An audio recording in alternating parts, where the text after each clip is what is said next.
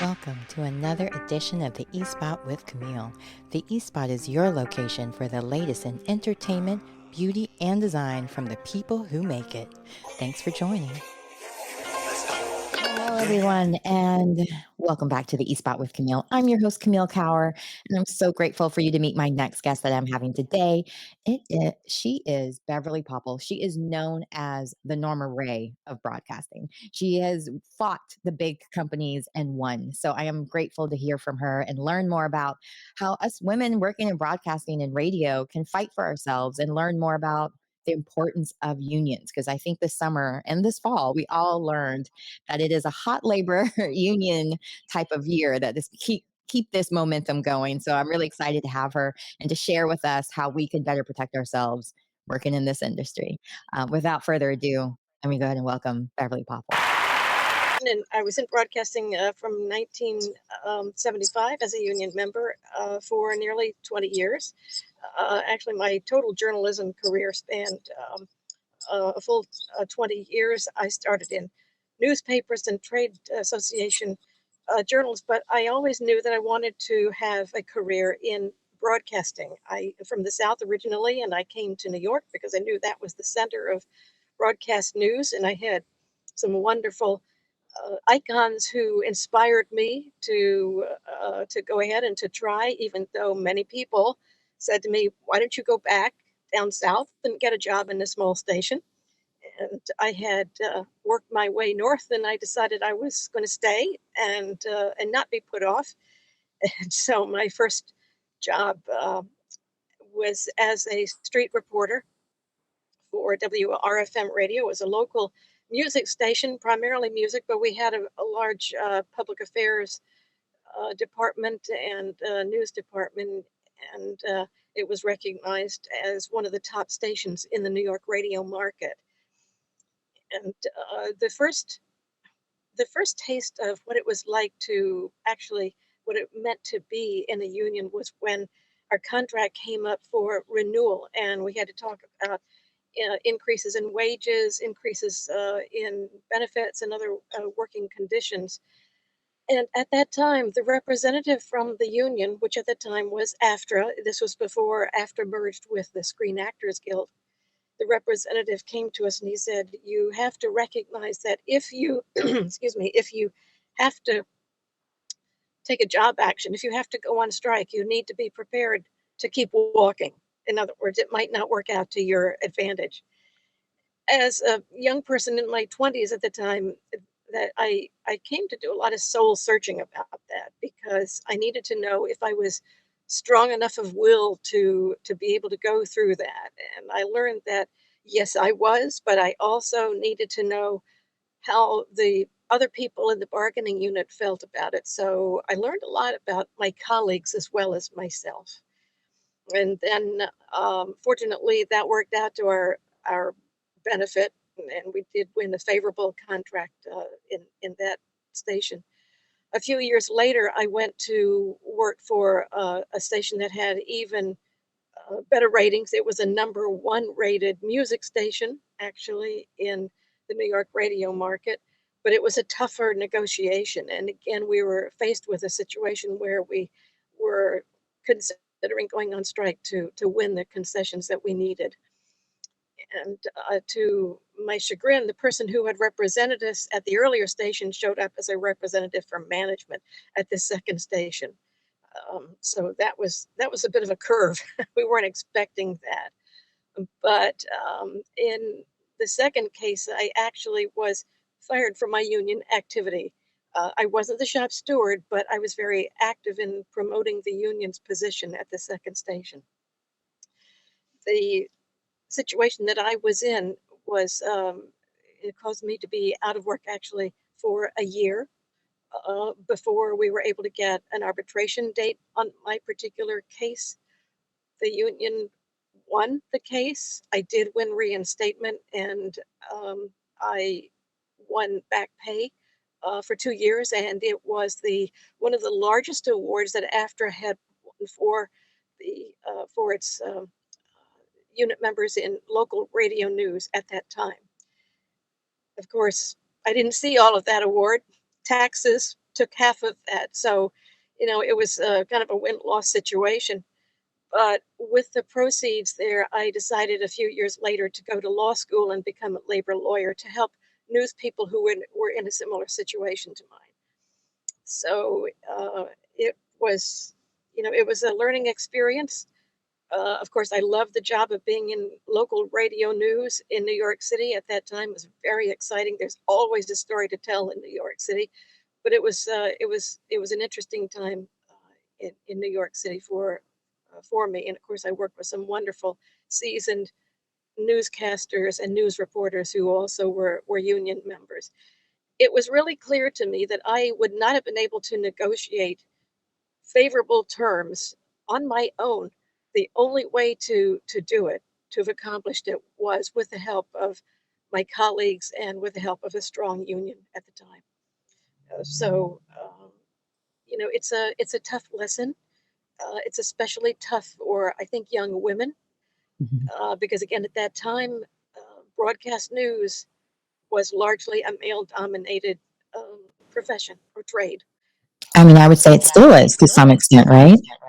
Exactly. It still is. It still is. Fortunately, as women, we have some role models to follow now.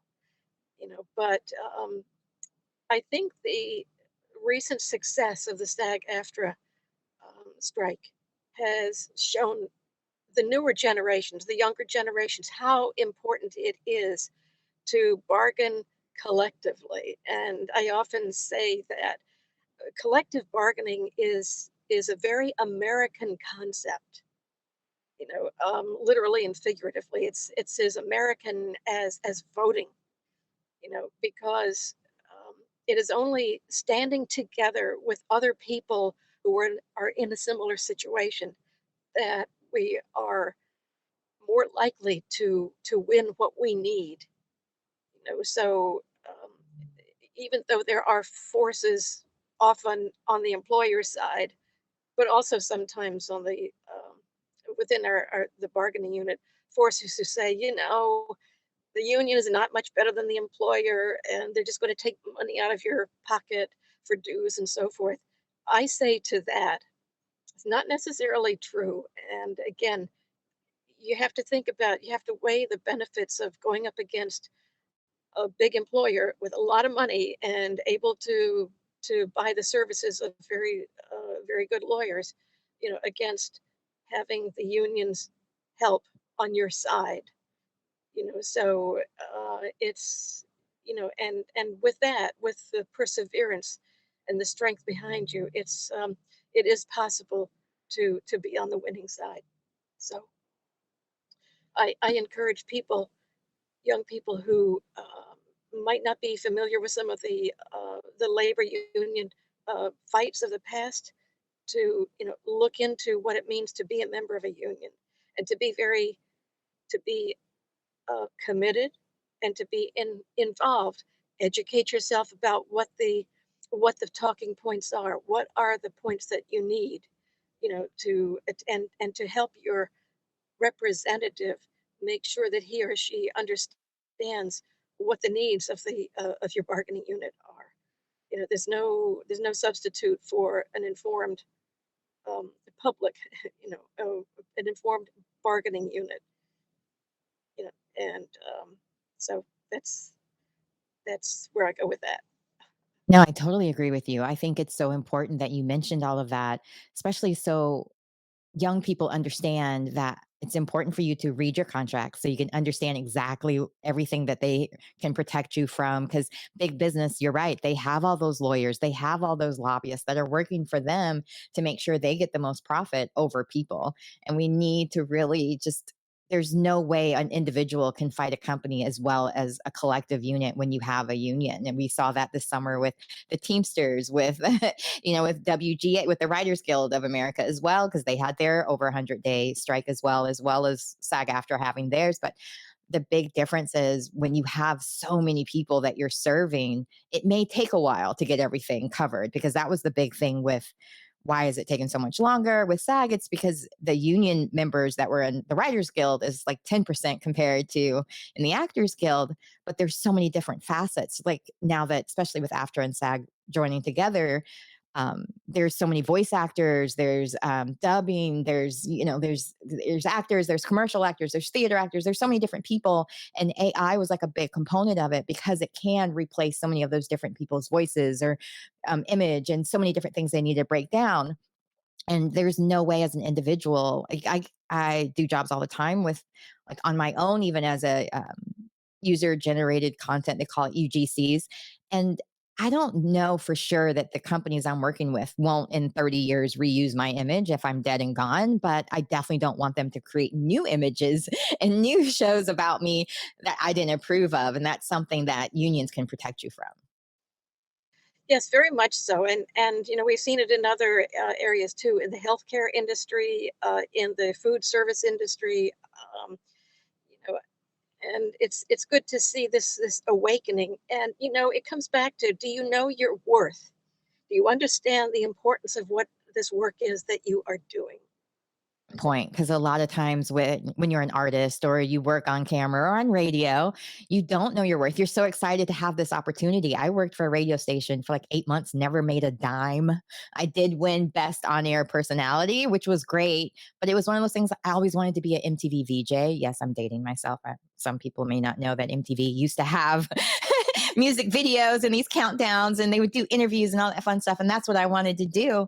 And with unions and different things, like, there was always that idea that if you work your way up, you'll get to that point. So I was like, "Ooh, I'll do this radio job and maybe it'll lead to something else." And oh, we lost Beverly there for a minute. And so I didn't get that chance where it propelled me to another area, but it did propel me to podcasting, where I was able to do it all for myself and see what it's really like to just control your own narrative, be able to use your own voice the way you want to, interview who you want, apply for and get nominated for awards and not have to share. Not that I shared mine anyway, but they did ask if they would, you know, share my award with the whole team, since the radio show wasn't just me. But hey, and when they got free stuff, they didn't give it to me. So why would I? Yeah. Anyway, neither here nor there. Moving forward, hopefully Beverly comes back soon. Otherwise, I'll just edit the other part of our videos together, because we were only going to do about 15 minutes. I don't know if you were aware, but Beverly's voice was damaged during 9/11. And so she isn't able to talk for a long period of time, or even her voice isn't as strong as it used to be. This is one of those things, again, when having a union, you have a pension, you have medical insurance. Those are things you can actually get treated and get support for. And so that's another reason why you should join. Because you never know. Like, now that she can't do the business that she loves, she has those extra protections because she was able to earn a pension and so on by being union.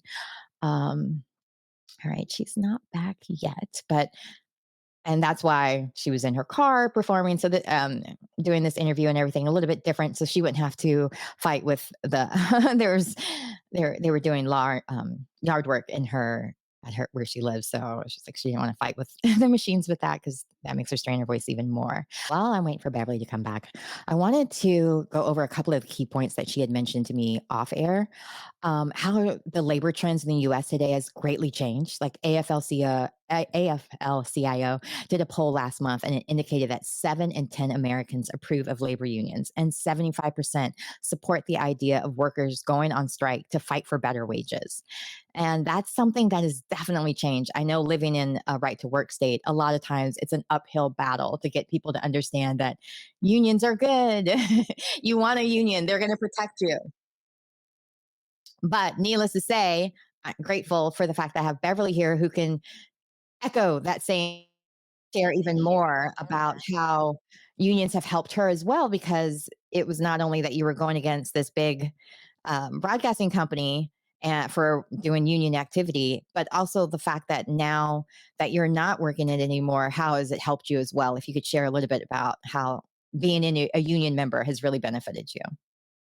Well, I mean, the most thing, I guess, every day, I appreciate the fact that I have a pension. I have a union pension. you know, and that was one of the terms and conditions of employment.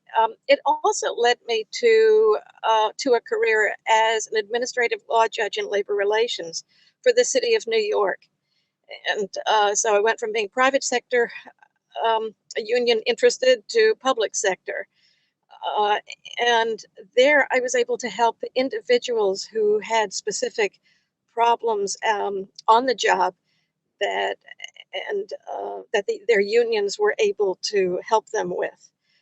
Um, and I also was able to help people understand the responsibilities that they had as union members and the responsibilities that their unions had to them. Okay, so it's really important for me to convey the information, legal information. What does society expect of us? What do we need to expect of ourselves? When am I doing enough? Okay, that's one thing that a good legal education, specifically in labor relations, was able to give me. It gave me more tools to understand society around me and to know what are the limits of what I have to do, and what tools can I use to help somebody else who has a problem. Specifically, my niece, who lives in North Carolina, is in the healthcare industry. And right now, and her colleagues are having some issues that they are not able to address individually. And so I have been able to guide them to resources to hopefully help them with their own terms and conditions of employment, but that by inference would also help the patients that they serve. And so this is not just a what's in it for me. This is, when unions are strong and they represent the people in the bargaining units well, this also helps society all around us. I love the expression, when the tide comes in, all boats rise. And we know that it is labor unions who brought us the 5-day work week. Of course, now we're talking about maybe a 4-day work week, but there was a time when people had to work 6 and 7 days a week. In my lifetime, I remember people in my community were having to work 6 days a week. I remember when people didn't have health insurance and they didn't have a lot of the benefits that we have come to take for granted.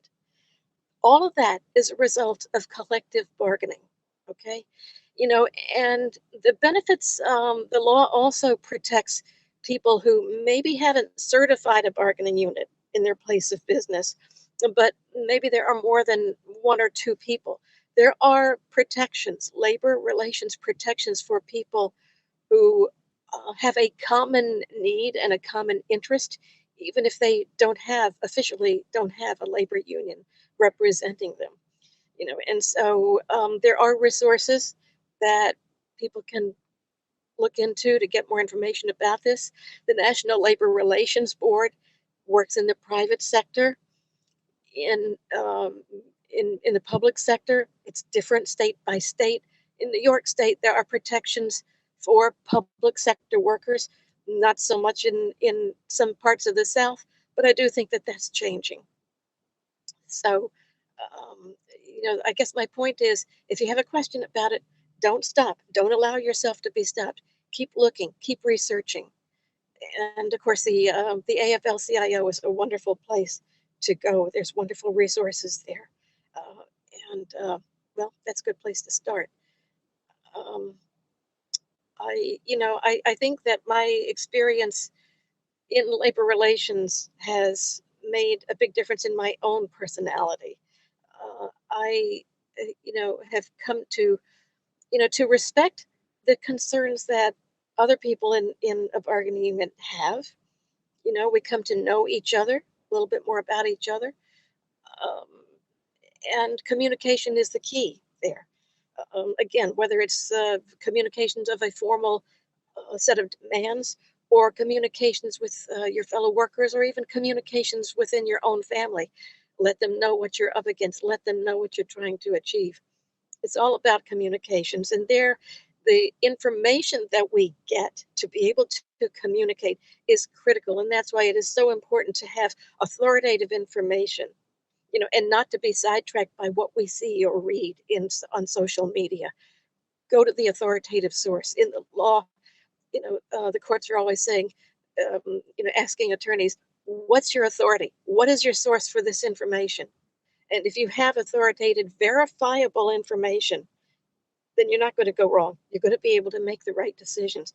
And this is true no matter what context it is, whether it's in a legal, litigation, or some kind of even negotiation within your family about something that you want to do. If there's a disagreement, and especially at big family dinners, where there are discussions that sometimes can be a little bit tough, it's good to have your authorities be unimpeachable.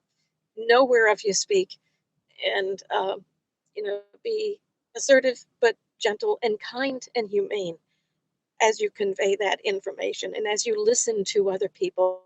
It is so important to listen actively. We all have a responsibility to be responsible in how, and mature in how we convey what it is that we want, what it is that we need, and to remember that the next person is just like us. We're not that different, and we can be kind. No matter what it is that we're doing, we can be kind. I love that. And it sets the precedent for the next generation because a lot of times it's like a hazing period almost. Like because it was rough for me, I got to make it rougher for the next person. And why? Why are we doing that to each other? Like just like you said, that it doesn't cost anything to be kind and it doesn't cost anything to make it better for the next person as well. And I think that's a very good point about how it shows our humanity too. Companies don't have humanity. Just because there's people that work there, they're about profit. So they're going to do whatever they can to try to increase their profits. And that doesn't necessarily mean that they're going to look out for your best interest. When you have a union, you have those protections because I've worked tons of jobs without unions. And my parents were both in the union. My dad was in the Directors Guild. My mom was in SAG-AFTRA. When I married my husband and he got into working for UPS and he was a Teamster, I had heard of Teamsters on film world, but not, I didn't realize it was also in UPS world. And he went through an incident where there was something that was going off, and just by guilt by association, they thought he was involved with it as well. Well, his union worked so hard for him to make sure he did not go down with the other person. And just seeing how well they protected him and now he's a shop steward, but even beyond that, like the way they work so hard to make sure people get their jobs back, he couldn't be more proud. Even if he's like he doesn't like that person as a personality or whatever, it's he will work hard for them as if they're his best friend, whoever, because he knows that's the right thing to do. And that's what they do. They don't care about personality stuff, they care about doing the right thing for the person and not necessarily the company. It's about protecting their members, and they do a great job of it. And I couldn't believe, speaking of pension, I couldn't believe he would get paid vacation. I've never worked a job where they gave you paid vacation. I worked in spa world. You're lucky if you had a job, if you took a long enough vacation. So when he was telling me he was getting paid time off, like even that, I was like, what do you mean? They're paying you to stay home? Companies should do that. Like you were working for them 52 weeks, well, 50 weeks maybe, or so if you get 2 weeks vacation, you need the time down. And I'm glad that they're looking at a 4-day week, although UPS is looking at a 6-day week, but that's neither here nor there. um, it's good that you have those protections in there and that make sure you read your contract so you know exactly what is expected of you and what they can do to protect you. So I do want to be considerate of your time and make sure that we covered all the points that you wanted to speak about. So if there was anything else you wanted to share for other people out there who may be on the fence about joining the union or are in the union and maybe have some concerns about fighting the big fight, if you could give some last points for that, that would be great. Well, I think, sometimes, again, people say, if I'm in the union, I'll be marked as a union sympathizer forever, even if I go to a job that has no bargaining unit. Or they'll say, why should I trust a union negotiator who doesn't know me or my family? But there again, it's a question of being clear about what it is that you want and conveying that information, directly, and communicating with other people in the unit. Check yourself and make sure that what you're asking your union to do on your behalf is something that relates to other people in the unit. and together is better. Through the pandemic, we heard a lot about how we're in this together. Well, there's no greater situation, no more applicable situation than in the workplace, in employment, where truly we're in this together. Um, when you pay union dues, you're paying for the union to support you. You're paying for the union's attorney to represent you. And that person is going to be someone who understands labor law. Most of us don't, unless we've been to law school ourselves. So it's that expertise. Often people say when you're renting a place, well, maybe I should be using that money to purchase a home as opposed to just renting because it's just the rent money goes for nothing. You have to think of it differently. That rent money is going to put a roof over your head. So it's not doing nothing. The dues that you pay, as a union member are going to protect you in many ways. And if you're not sure, check with your union representative just so you can satisfy yourself about it. Also, the union has a duty to represent you fairly, you know, and the union has a legal duty itself, and your responsibility as a union member is to make sure that that union is satisfying that duty. So involvement is key here. There's not much that we can do these days where we can just sit back and skate by. The more control we have, over our own situation, the better we're all going to feel about it. And again, it raises the level of the quality of life in our community, whether our community is other people that we work with, or the neighborhood that we live in, or the country. So I'd say involvement is key. And if you have any doubts, satisfy those doubts. Don't let it work on you. Make that phone call to somebody who can answer your question authoritatively. So my union experience was a wonderful one, and I wouldn't have traded it for the world. And even though there were difficult times, um, I did win my job back. I won a buyout. Even though there were difficult times, you know it it it it worked out well for me. It actually promoted me to go on to another career, which was very satisfying. The second career as a labor relations attorney led me to other things of interest. So I kept moving forward. So I'm so grateful that you came on my show today and we got to talk about this. So thank you, thank you, thank you for being my guest. And I wish you all the best. We'll definitely stay in touch. But if you guys have any questions or concerns, please make sure you put it in the comments and I will make sure we get Beverly's answers to you, or any follow up that you may need. Just let me know. I can make sure we make it happen. Again, thanks for tuning in to the E Spot with Camille. If you have any guests you want to send my way, go ahead and check out CamilleCoward.com and you can send me a note and we can find out from there. And again, make sure you like, share, and subscribe. All right. Have a great rest of your day. And thanks for tuning in to the E Spot with Camille.